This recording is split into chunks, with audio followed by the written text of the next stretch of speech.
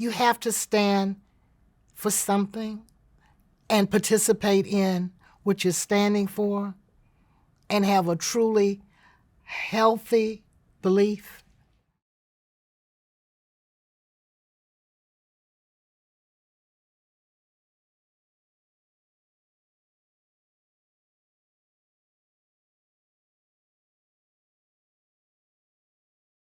I was born in Third Ward at the Houston Negro Hospital, and I was educated in Third Ward from kindergarten all the way through college.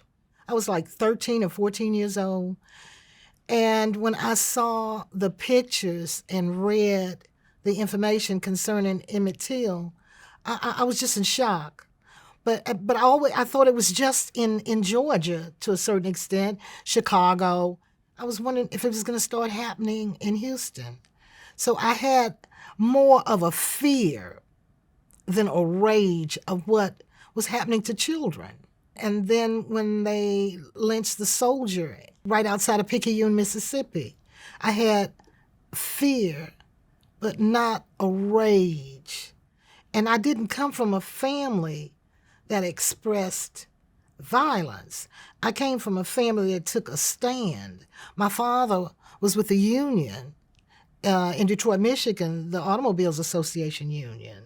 My stepfather was with the steel union here in Houston.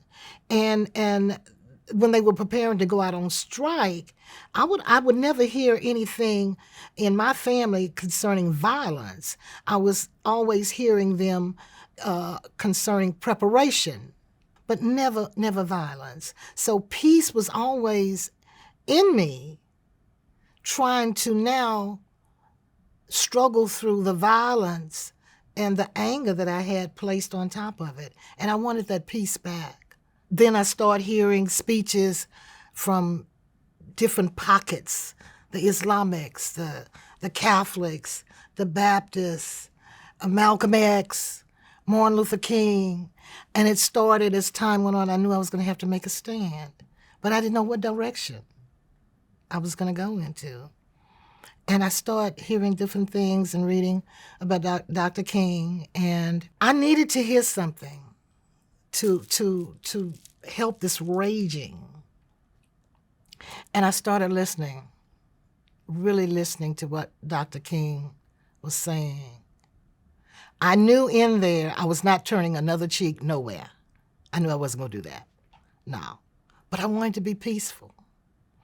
My brother was graduating in 64 from high school, and August of 1963, August 28th was my birthday. I was going to be turning age 22. So I told my brother, I says, well, I'm going to buy us a ticket to go to the march. We got there, it was early. Nobody was there, and the time passed quickly, and the power you could feel in the city. It was just overwhelming, and talking about the people that we were going to get a chance to see. It was like going to Hollywood. You know, Sidney Poitier was going to be there. Martin Luther King was going to be there, and one of my favorites, Whitney Young, was going to be there. And we was just excited and waiting to see the people that were going to be there. And I remember telling my brother, I hope I can find some peace. Dr. King is a peaceful man. And then I told my brother, but I'm not turning another cheek. And to hear Dr. King's speech and explain and what it was all about, it was amazing. I had never seen a black man that was so articulate and such an extensive vocabulary in my life. And the things that he said and the things that he did after I left that march, I was able to carry with me.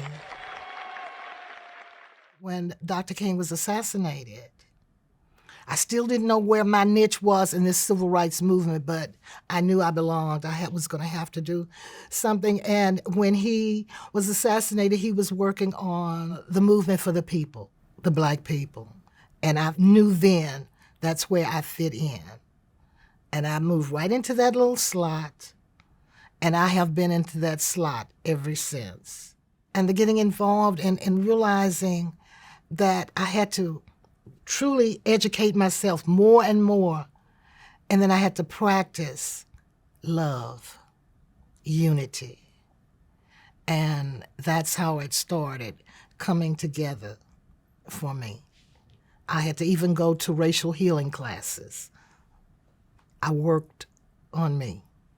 And a lot of the rage started dying down, and other strategies began to take place.